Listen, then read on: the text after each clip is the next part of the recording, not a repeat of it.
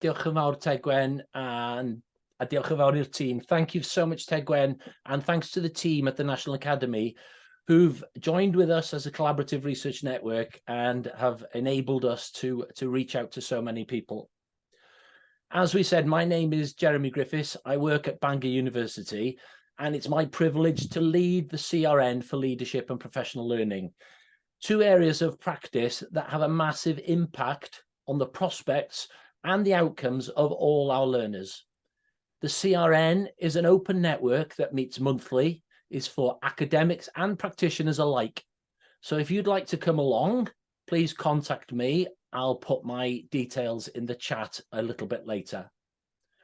Our aim is to develop education professionals so that they can become evidence-informed and solution-oriented, working with organizations where learning and improvement are embedded into the culture of the organization. As a group, one of our projects recently was to support the Welsh Government Collaborative Evidence Network, or CEN, research, looking at the impact of the pandemic on education in Wales.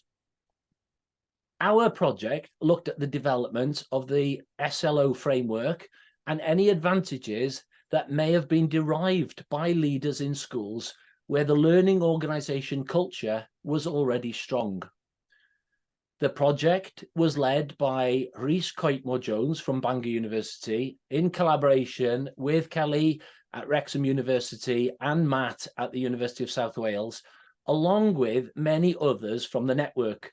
So we had teachers and academics join together to look at this work and to come up with a report really for Welsh Government. It's my pleasure now to hand over to Kelly and then to Matt, who will take you through a few aspects of the research and its findings. So I'll put the slides up and then it's over to you, Kelly. Okay, diolch. Thank you, Jeremy. Croeso pawb, welcome everyone. Okay, thank you. There we go. As Jeremy mentioned, in 2022, Bangor University led a CEN study. And if we go to the next slide, we will see the aim. Please, Jeremy. Thank you. And that's investigating the impact of the COVID-19 pandemic on the professional learning needs of school teachers in Wales as part of the Schools as Learning Organisation framework, which I will now refer to as SLOs for ease. And the study really aimed to explore effective measures taken by schools to address pandemic-related challenges, lessons learned, and future needs for the development of learning organisations. So today, Matt and I, who collaborated on this study representing our respective universities, will provide an overview. I will share the rationale, which Jeremy's jumped to, the methodology and data collection process, and Matt will later share some findings and some key implications. Okay, so as you can see here, the rationale for the study really emerged from identifying a gap in national studies on the influence of the pandemic on teachers' professional learning and schools' development as learning organisations in Wales. This led us really to question how schools are developing as learning organisations and whether the SLO model helped schools during the pandemic or whether they found it to be a challenge to implement. The rationale also originated from the 2019 Developing Schools as Learning Organisations in Wales Highlights report, and that highlighted key characteristics already present in schools, and we wondered really, in light of the pandemic, whether the educational landscape in Wales has shifted. Next slide, please, Jeremy. The literature review conducted echoed the findings from relevant literature, and some of them are listed here, revealing a lack of clarity around the SLO concept. Similarly to work from Coles and Stoll, we also found commonalities in the literature, such as SLOs help to respond to change, the importance of the individual, the team, and the organisational learning. and also the role of leaders in providing a structure and that opportunity for learning. As a policy driver to implement the SLO model across all schools in Wales, Dr. Cools and Professor Stoll's 2017 OECD report, What Makes a School a Learning Organisation, laid the foundation for the model, identifying 7 dimensions and 4 transversal themes for schools to consider in their reconceptualisation as learning organisations. Okay, thank you for going on to the research questions, Jeremy. So building upon this foundation to address the broader context of the study and its relevance to the pandemic's influence on SLOs and professional learning, we formulated the following questions. How has the pandemic affected the development of schools as learning organisations? How has schools' development as learning organisations influenced their approach to the pandemic and professional learning? What do schools need to develop further as learning organisations? And what approaches are adopted by schools to facilitate professional learning? Next slide, please, Jeremy. So to explore these questions, this study employed a systematic sample design.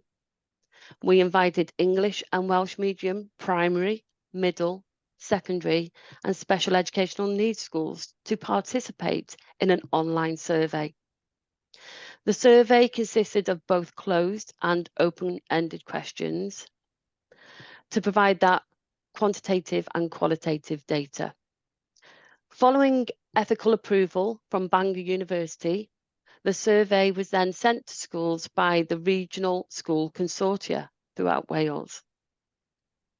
Now, as you can see here, despite follow-up reminders from all the schools, we did only receive 54 responses. 49 of those responses were from English medium schools and 5 from Welsh medium schools. Now, you know, we've considered there could be many reasons for this limited response, such as school workloads, especially during, you know, particular times of year. But one that we were aware of at the time is that the survey was shared with other Bangor University-led collaborative evidence network projects in Wales.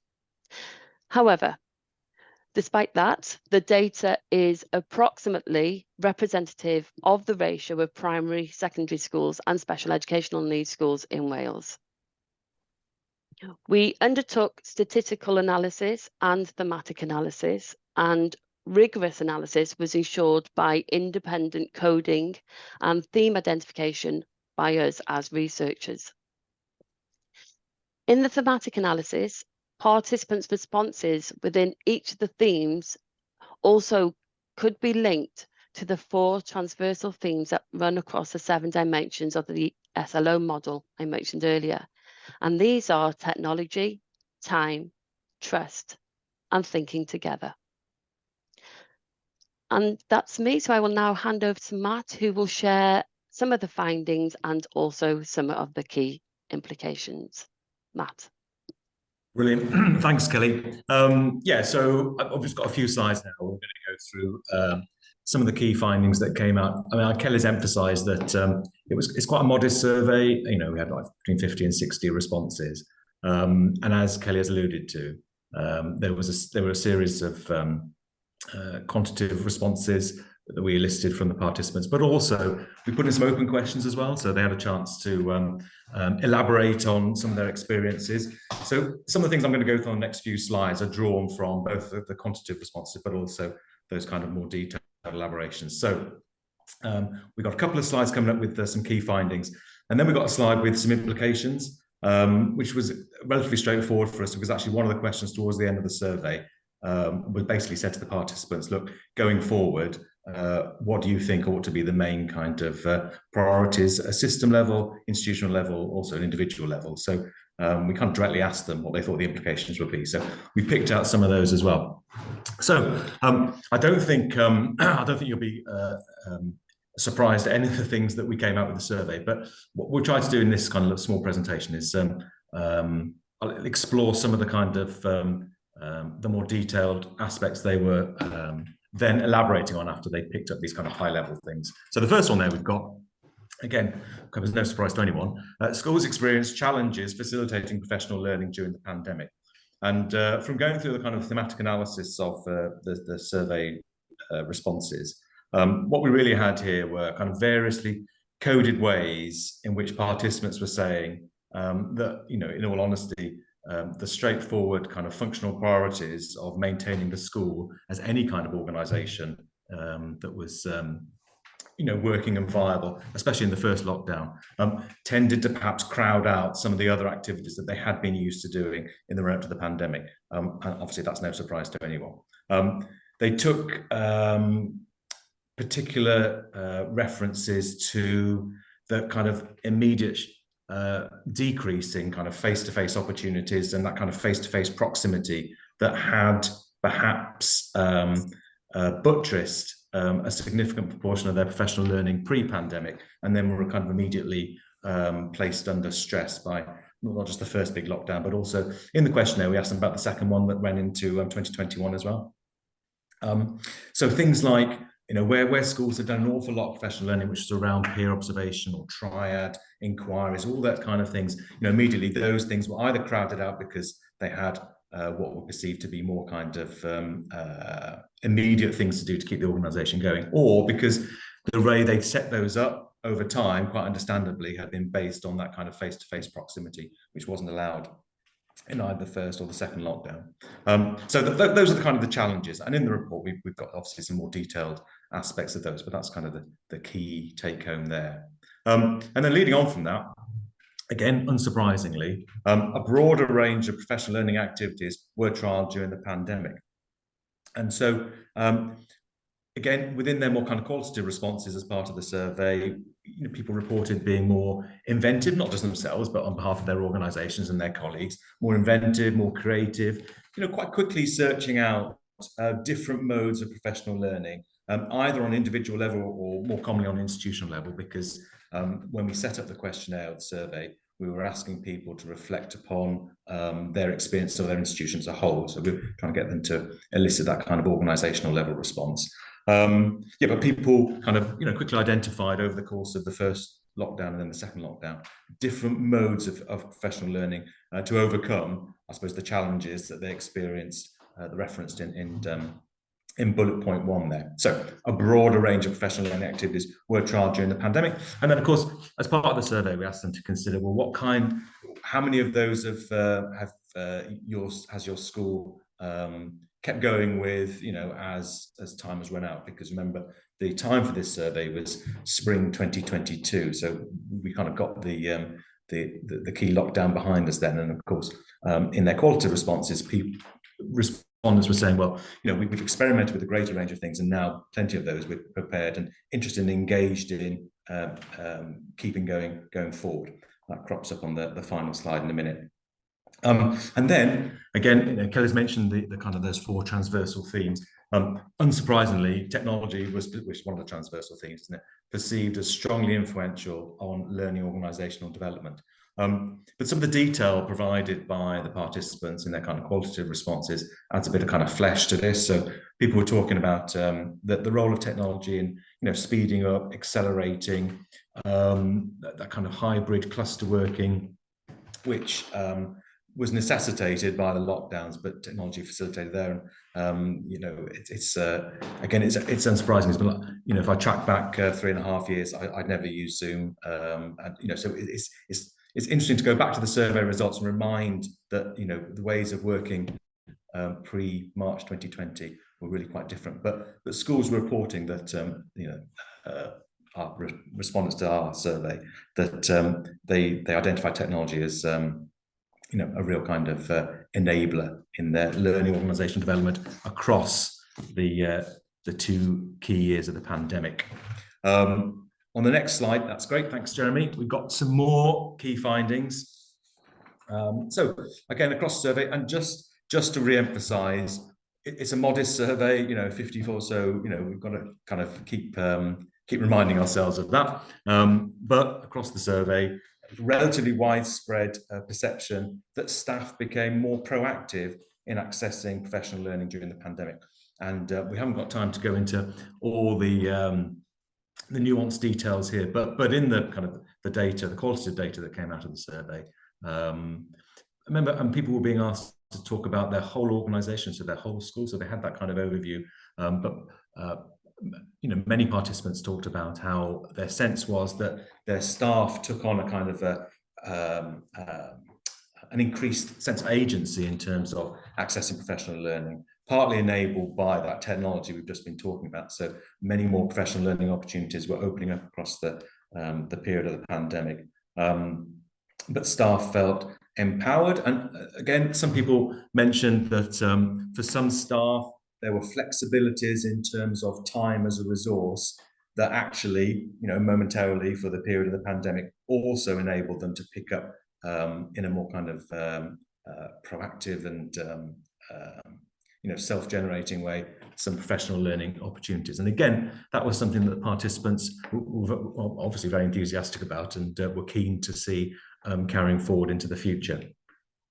And then again, as Jeremy and Kelly have talked about, one of the rationales for the survey was to probe people's perception of where they were as a learning organisation entering into the pandemic and what effect they thought their kind of status or their kind of position as a learning organisation had on their ability to kind of ride out the pandemic as a you know, as a successful and authentic and creative educational institution. I mean, there's quite big questions to ask, aren't they, in a survey? So, but we have got some data back, and you know, again, back to the caveat, it's a modest sample, but within that sample, schools who identified strongly as learning organisations in their kind of entry into the pandemic articulated through their kind of qualitative responses. And they did this in quite detail, so I'm kind of scooting over here in kind of summary form, but actually in the data themselves, they articulated how they thought specific aspects of their learning organisation development had a positive effect on their ability to, you know, not just continue, but actually thrive during the pandemic. And that came out very clearly in plenty of the kind of qualitative responses. So that, for example, they were referencing kind of collective will and facility to learn and adapt on the hoof during the pandemic, you know, kind of the first lockdown 2020 and then the subsequent ones in 2021. And yeah, so, you know, they kind of not just survived in their own self-perception of their organisation, not just survived those two lockdowns, but actually, you know, positively thrived and continued to make real kind of strides and developments as learning organisations.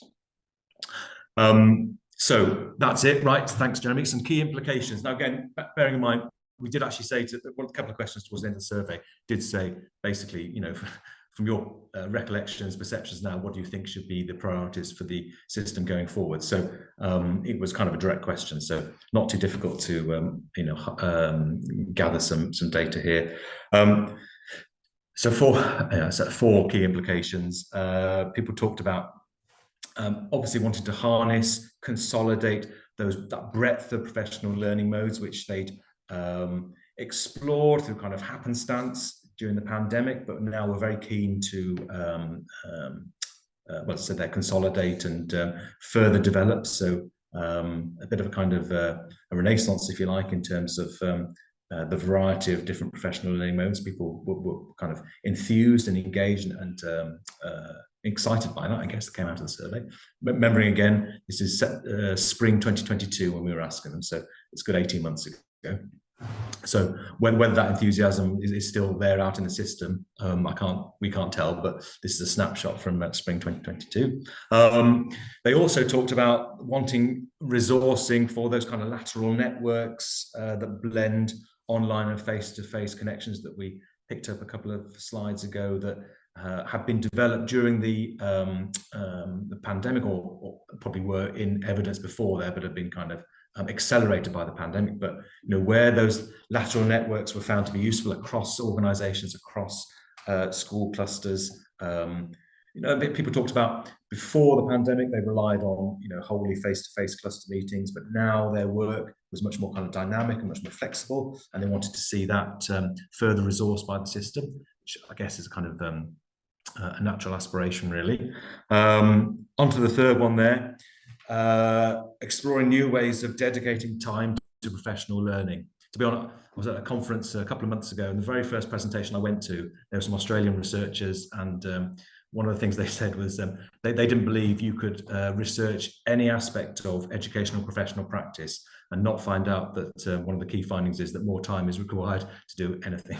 So that's not a surprise, is it? But where people have explored new modes of professional learning, new ways of accessing professional learning, either at an individual level or a collective level, it's not surprising then that they then think about, well, how could we carry on this further? What kind of time resource might be appropriate or available from the wider system to leverage that?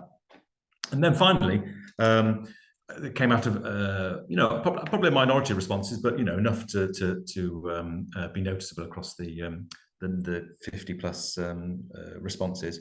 Talking about initiating a system level schools learning organisations reset. People have in the terms of the participants were very kind of conversant au fait with the SLO model, and it was the survey was asking them to think about it, so that was clear. But I think there was a sense from some of the participants that their kind of experience that their work as an SLO had a positive impact on their journey through the pandemic. So there'd been some kind of positive functionality there from their own perception. And the pandemic itself had thrown that into relief, and I suppose the survey and the prompt questions had also then thrown it into relief as well. And so I think this kind of SLO reset, what they were kind of setting out as an aspiration was, a chance for Wales as an educational system to reconnect with the positive possibilities of SLOs as it had been experienced during the pandemic. And I guess, this kind of this event this morning is I suppose it's kind of part of that reset, isn't it? It's kind of bringing things back together and developing new shared understandings as we go forward. Okay, I think that's those key implications done. Just keeping an eye on time. Those are the references, and Diolch, thanks for listening. So that was Kelly from Wrexham, and I'm Matt from University of South Wales, and I'm going to pass back over to Jeremy. Diolch yn fawr. Thank you so much, Kelly and Matt. And there will be, if you have any questions, an opportunity to ask questions later. But that's really insightful as to what we found in terms of that piece of research. So a great summary. Thank you both so much for doing that. It's my great pleasure now to hand over to Louise Stoll and to Marco Cools. I think Marco is going to start the presentation. He's going to share some slides, and we're going to look at the journey so far and a little bit of international perspective on the learning organization frameworks and theories, if you like. So, Marco, over to you. Thank you. Yeah, thank you very much, and thank you all for being here. I'm going to start sharing my screen now. Let's hope it goes well. Just double checking. Is it working? Are you seeing my screen? Okay, perfect. That's great. So it's indeed a presentation by Louise and myself. And Louise and I had the pleasure of working with you, many of you actually already, for quite a few years. We started in 2016. I'll take you back. I love doing this, stepping back a little bit back in time and what we did and where it all, I think, for us started. I think we have to recognize that many people have been working on this already before us as well. So I think that the humbleness of that we've been building on some great work that's been done elsewhere, I think is well deserved. But maybe stepping back in terms of where it came from. I think the school as a learning organization is very much that response. It came just now already that I think schools are urged to learn faster. The world is increasingly complex, and I think things are changing fast. Now, the COVID has definitely made that very apparent to us all. Things can change very rapidly. So we need school organizations, but also other organizations, of course, who are able to deal with this challenge and able to preempt them.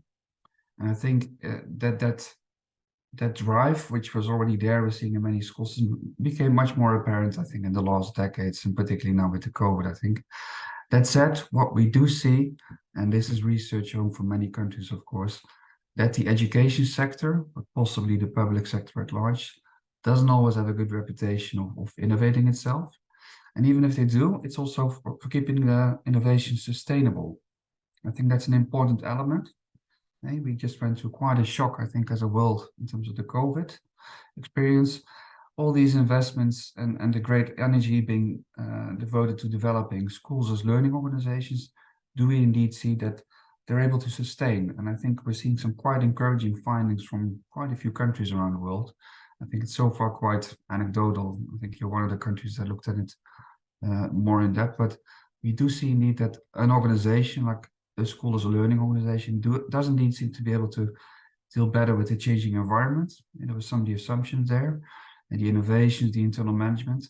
Importantly, the job satisfaction, self-efficacy, the readiness for change. So looking at the outcomes in terms of staff, there's quite some literature which was also pointing towards that schools as learning organizations or learning organizations per se are indeed resulting in these positive staff outcomes.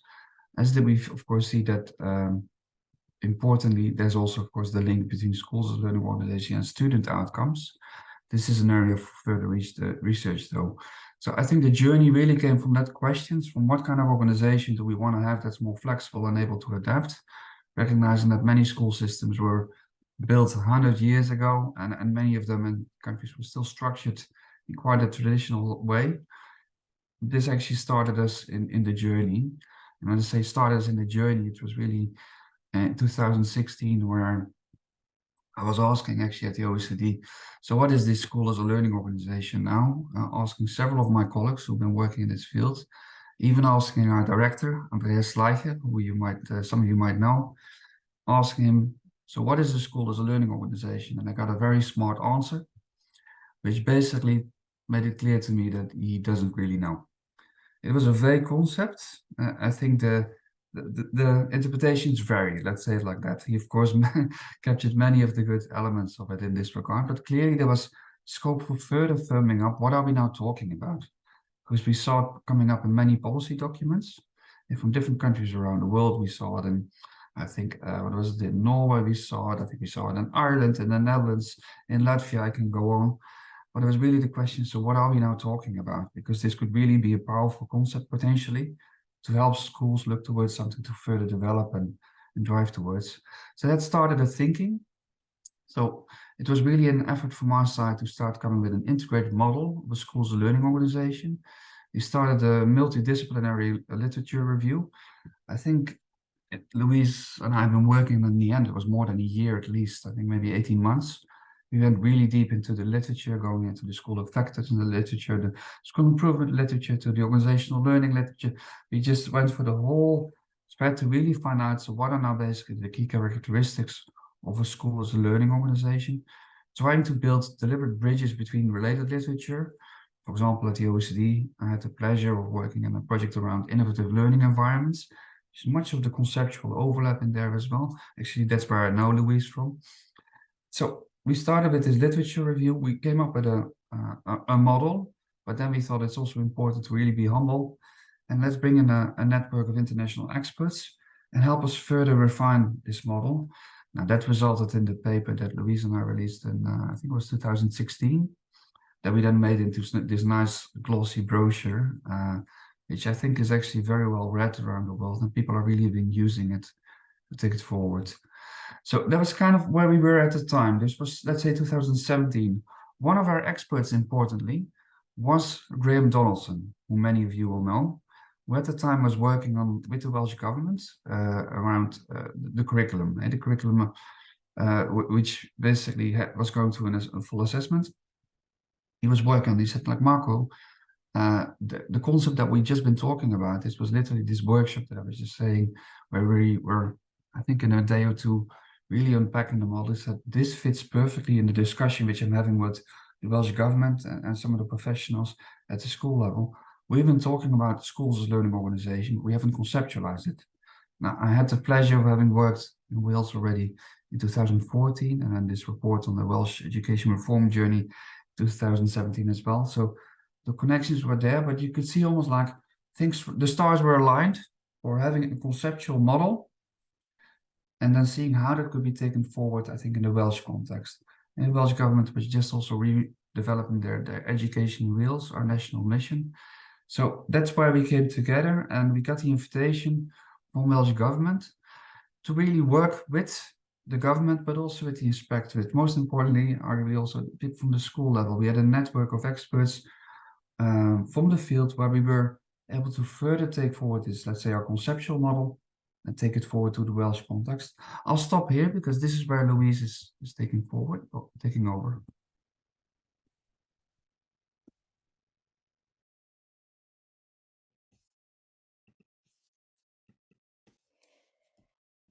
Good morning, Borodar. So where I come in is that we worked with both pioneer schools and with other stakeholders. And one of the things we wanted to do, first of all, if this was going to be a Welsh model, we needed to know that it resonated. So the workshops in Wales both focused on the dimensions of the model and what was missing, but also on the survey that we had developed and piloted and has now been used widely and is used in your self-evaluation.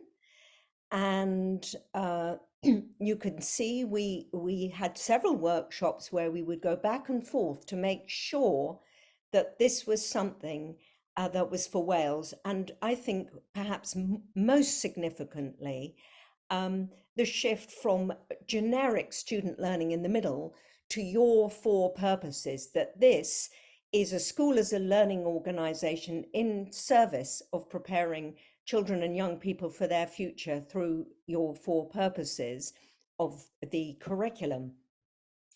And then also continuing work on a self-evaluation instrument, and the important work to try to align this against everything else you were doing in the setting up in your of the Leadership Academy, the professional learning policy, the inspection system with ESTIN, and so on, to make sure that everything was aligned, and then to be able to articulate and communicate. And I think one of the most beautiful ways that I have seen, and I still use it when I'm sharing with other people, is the Welsh animator that children made using their own language. What I want to do now is just to move into the work that I have been doing subsequently. And first of all, I want to go back on what Marco just said, which is the importance of sustainability, and that everything that I think we're focusing on here is that the learning organizations, that your new curriculum, that your change will be sustainable. And for me, that means deep learning, deeply embedded, that it's not in pockets, it's wide, right across Wales, and that it lasts over time. And I think there are powerful leadership implications for that. I'm going to particularly talk about my own work, both direct work on schools as learning organizations, but I'm also going to talk about some of the indirect work that I have been doing. So they aren't specific findings on the different dimensions, although I will share one little piece of research. I am an applied researcher. I'm sometimes described as a pracademic. I research, I carry out evaluation, I do R&D, I'm involved in pure development, professional learning work, and I do a lot of critical friendship with different groups. So this draws from all of this. So first of all, work in Canada, particularly in British Columbia. And here you see, this is a school district where they've involved their schools in working, or we started the work together. All of the school leaders, first of all, thinking about their schools as learning organizations, thinking about it in relation generically in their school in relation to different goals, and rating what their evidence was for this and what they wanted to focus on. And they went back to their schools in different contexts. They worked in different ways. Some would work on one dimension, some would repeat the activity. It was entirely up to them. At a district level, they were collecting the information. Here's just an example of some of what they put in the shared vision. This is how the school leaders saw this, and over time, this was taken back to the meetings of school leaders where they would talk about it, they would share, they would validate, they would verify, they would amend, they would add. And at a district level, they were able to work and say, it seems that we're not so strong on the culture of inquiry, or not so strong on our external connections. At the same time, here is another district, a larger district, where different colleagues in the system team had a range of different portfolios, and were working on thinking about what the connection was between their portfolio and particular dimensions, and then sharing and comparing and bringing together, because there were in this particular district quite a lot of silos, and using this to help bring them together. Some of one district adapted a survey that's been used in a regional consortia in Wales, and there are colleagues in England who are doing similar sorts of things now. Another element of my work that has been directly related is the work that I've done with Claire Cinema from the University of Auckland, who is a specialist who in fact advised Wales when they were working on developing the new curriculum. And this was an article that we wrote in the European Journal of Educational Research. Marco will tell me if I've got the name right. And Marco hosted this particular issue all about schools as learning organizations.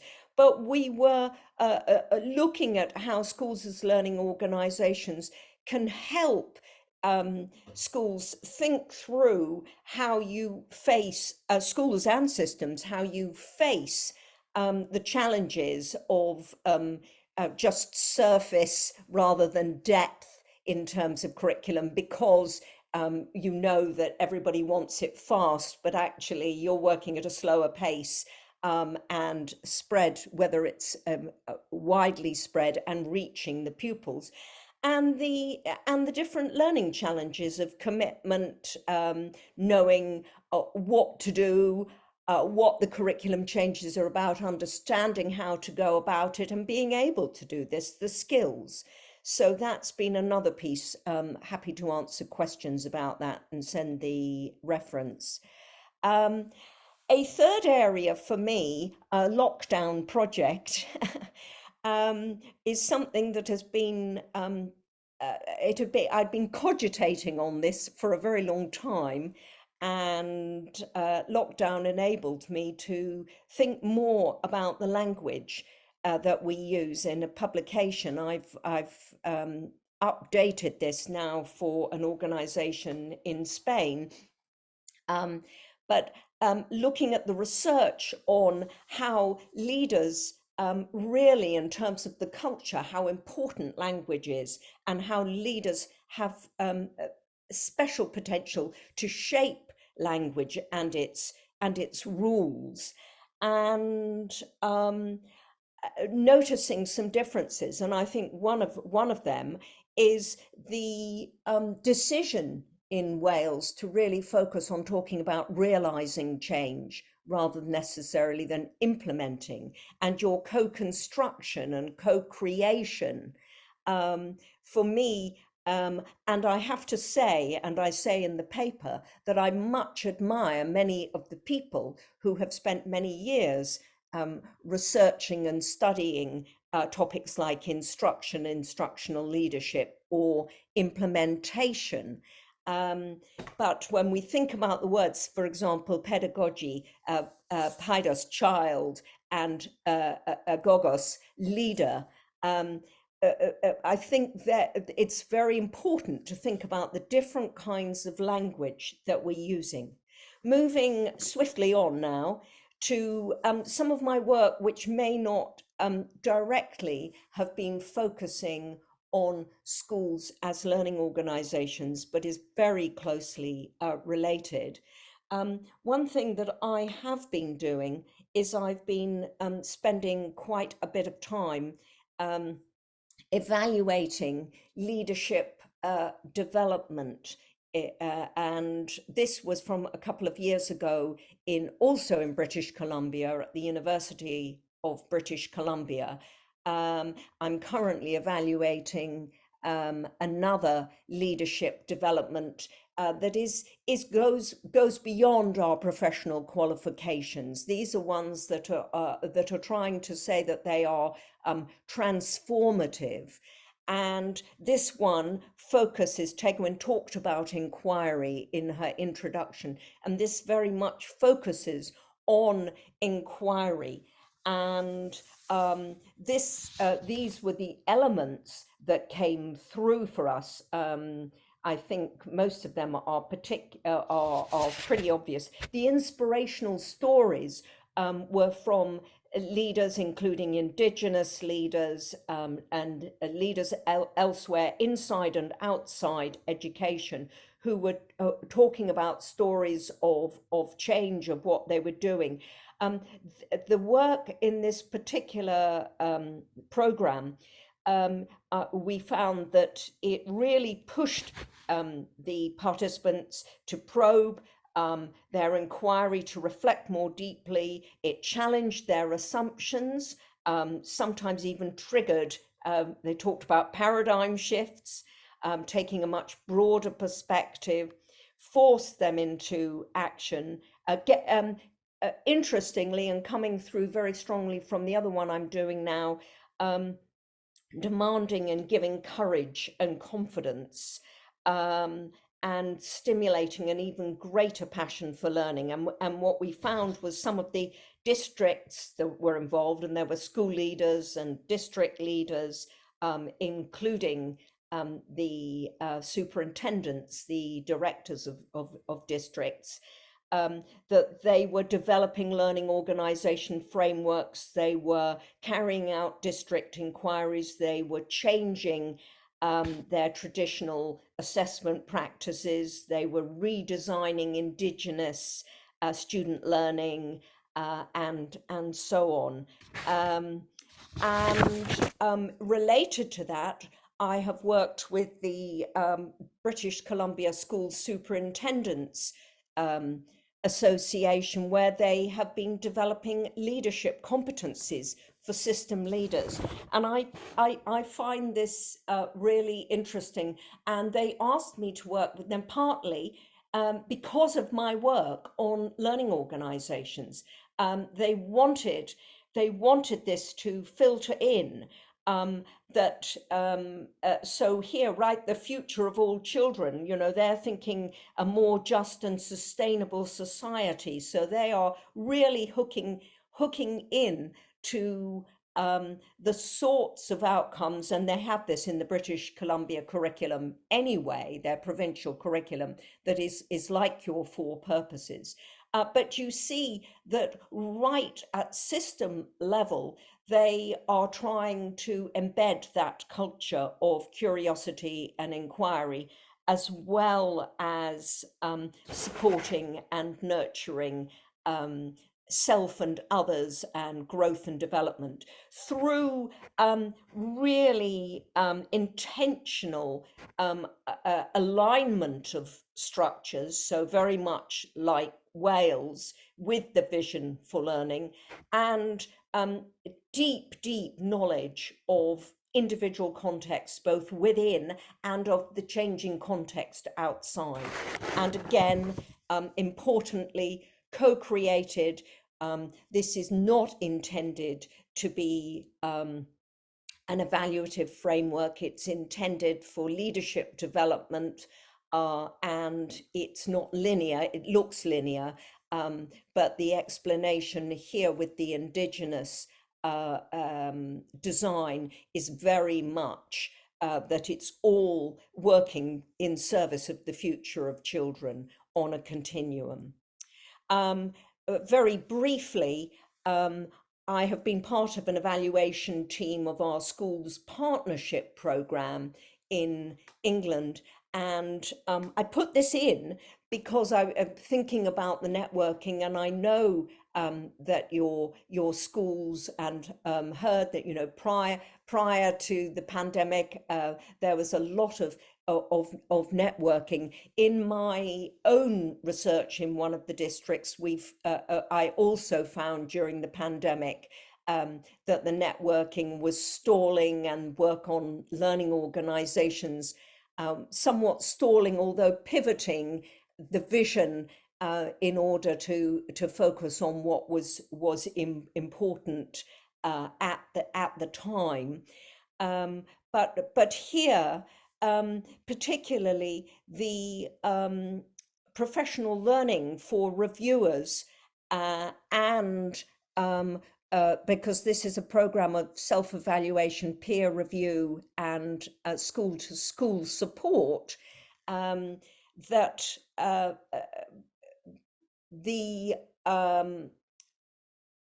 reviewers found that they were much better able to help each other and support each other.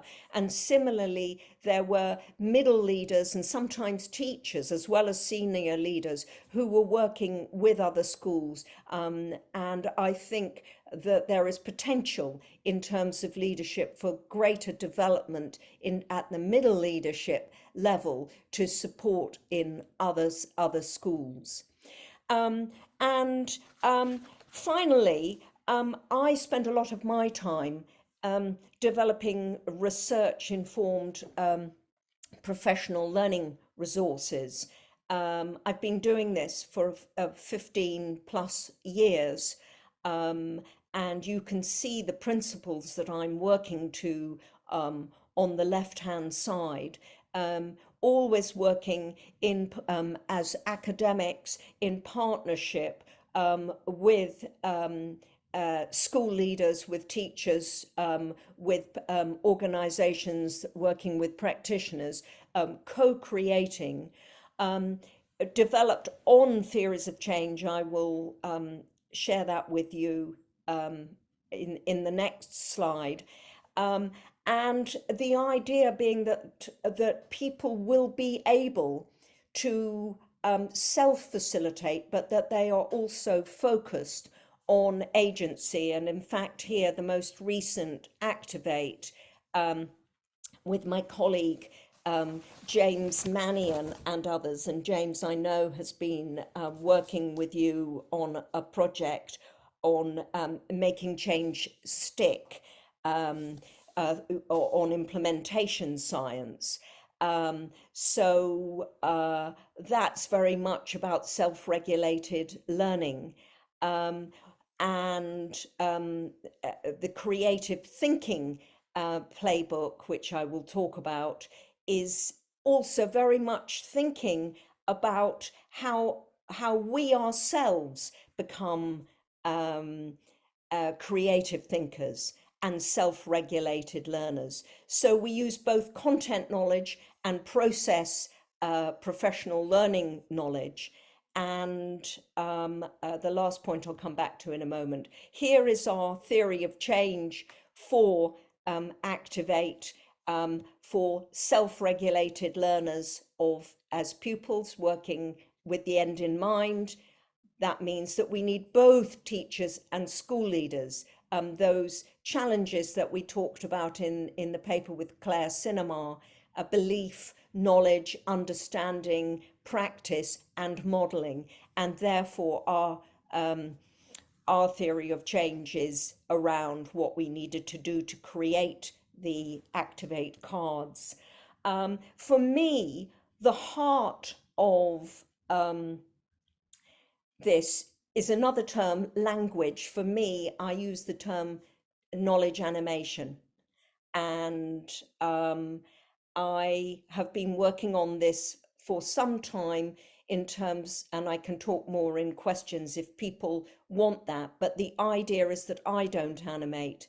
It is that the people who are using the tools and are having conversations to be able to animate the knowledge, bring it to life, and that those conversations will challenge thinking, will generate new insights, and lead to intentional change. And you can only have that if you have trust. And I didn't mention one point when I talked about the paper with Claire Sinema, which is during the pandemic, we found that compassion seemed to be another transversal, and the heart of change seems to be really, really important. So here are some of the stimuli that we use, but of course you'll have others, such as photos and video use, reading, where people bring their own knowledge to link with knowledge from elsewhere and create new knowledge. And all of these include questions, stimuli, protocols, and facilitation. And finally, in terms of sustainability, we're working with colleagues in Wales, and the website is both in English and Welsh, and there will be, if you go on the website, there will be a community event on Tuesday the 28th. But we're trying very much that this is not just materials, this is about everyone working together, and this very much fits with your creative leadership program that has been endorsed through the National Academy. Marco. Okay, thank you. I'm just pulling up the slides.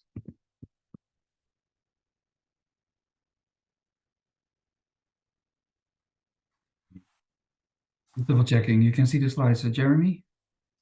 Yep. Okay, good.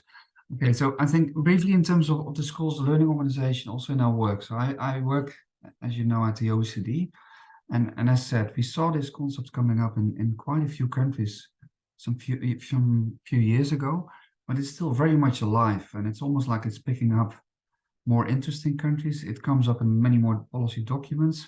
We see also a lot of research being done on this. I actually spent this weekend Googling a little bit in terms of schools as learning organization, just seeing what research is currently being done. And I was surprised, so many things that I wasn't even aware of. So that's really great. So it's just to, as you know, you were probably one of the front leaders, I think Wales, who's taking this forward, but I think many countries are actually looking towards you and actually referring to you, even in some of these research papers. So these are just some examples of why we're seeing this concept being brought alive and taken forward.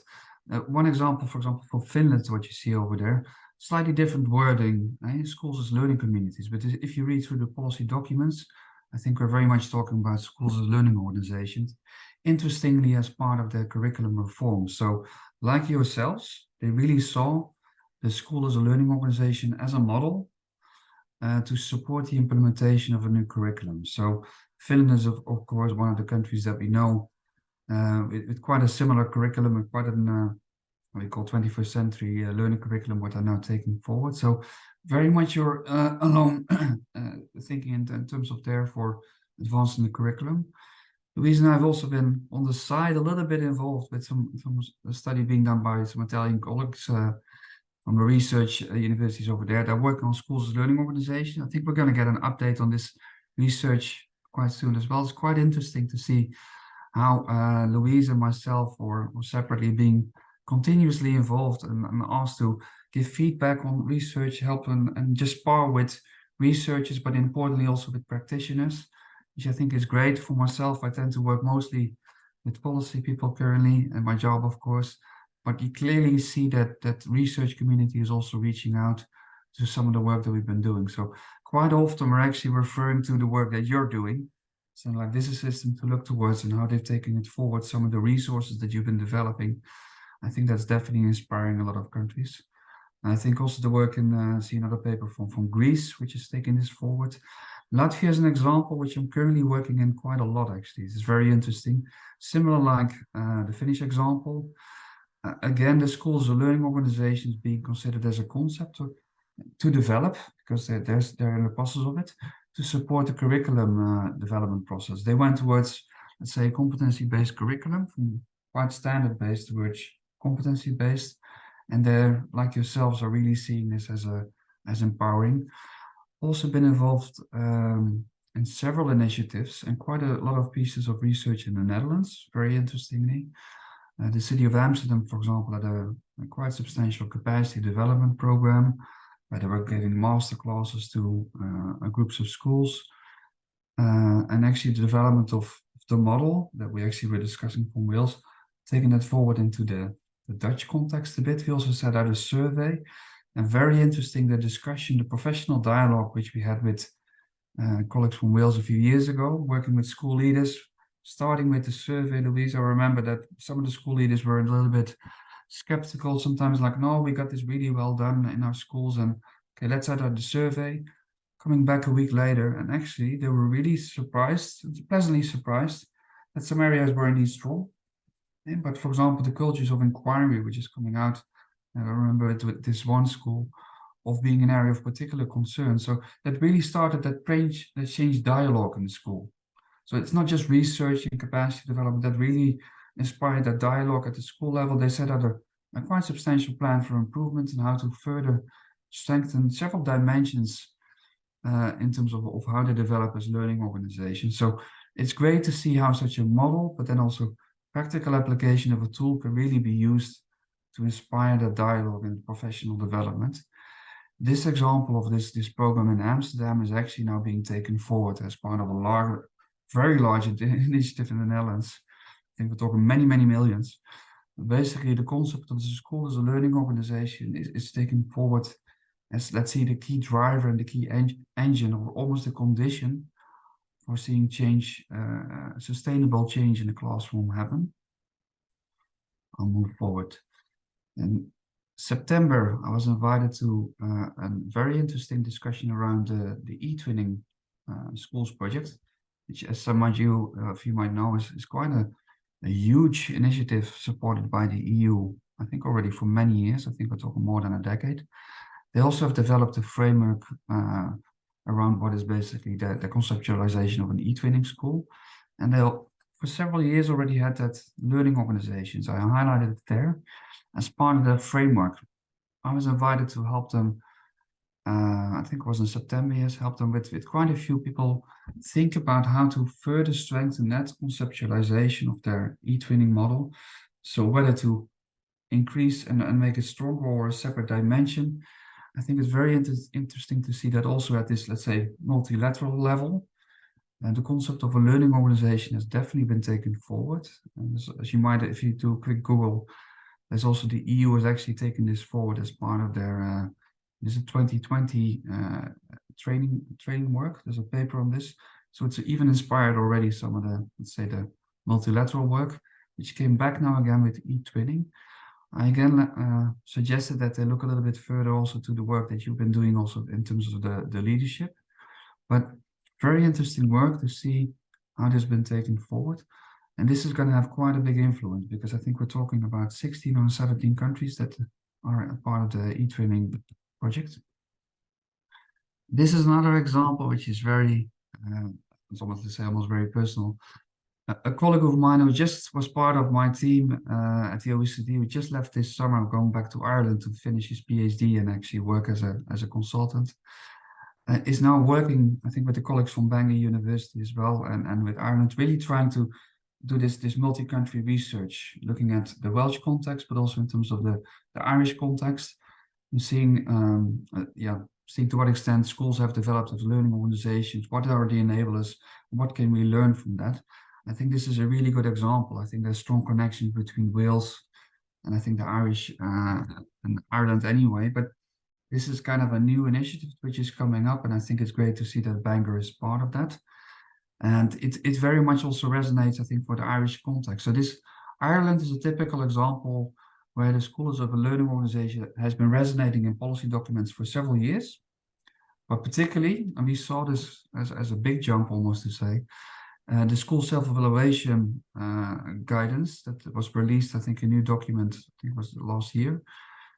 I think the school as a learning organization, I think it popped up at least 20 times. So there clearly seems to be an interest for further developing schools as a learning organization, but a challenge which I raised also with the Irish government, and I think my colleague Barry, former colleague, is now also doing, may it not be helpful to also develop and further, let's say, an Irish conceptualization of what is a learning organization, because that tailoring to the Irish context is quite important. I think Louise actually had a discussion, I think last week as well with the Irish colleagues, but that discussion is quite important because there will and should be differences in terms of how this is contextualized, whether it's indeed you have the curriculum at the center, which is most likely, but other elements will and could be much more prominent in some country context.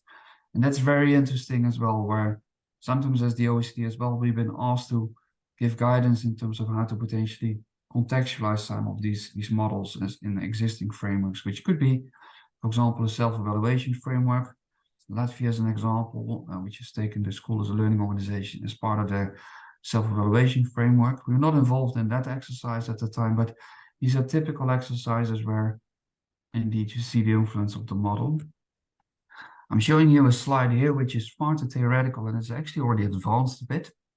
But similar as we're asking schools to become learning organizations, you see many countries also asking the questions like you did yourself. So what does it mean for other levels of the systems in terms of local authorities and at, let's say, the ministry level and some of the other agencies?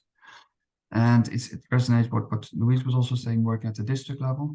We're now working at the OECD on, we call it institutional capacity assessment so far. They've been undertaken in many countries, but it's really looking at how to further, let's say, optimize an education system, let's say the ministry, the national agencies, the local authorities, to really support schools in their improvement journeys. Really, this was the model, which has, as I said, already evolved a bit. But one thing that if you go into the literature in terms of institutional capacity assessments, organizational learning was absent.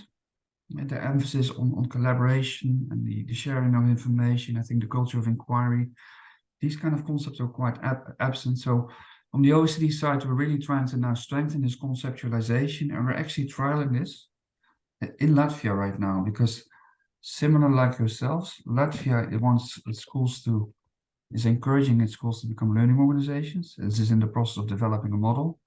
It is also asking their municipalities, your local municipalities, and also the ministry itself and some other national agencies to really promote a learning organization or a learning culture in their organization. So we're in the middle of this process. We're seeing it come up in many countries. So this could be quite influential, I think. And I would almost say the experience where in Wales, as you might know, some of you might know, that we did, the Directorate of Education asked, your directorate asked us to also undertake a learning organization assessment a few years back. That experience is very much taken forward in this model as well, because we could see the benefits from it. And as I understood correctly, is now even being discussed further, where this organizational learning is going not just in education department, but it's being taken forward in other departments as well, in Welsh government. So I think you're definitely leading in this field as well. But it is indeed getting that learning ethos, that culture of inquiry in the hearts and minds of people, but also in the structural organization, whether it's the school, but also the other levels of the system, we see as very interesting development. So we're definitely from the OECD side going to be, let's say, promoting this work further. So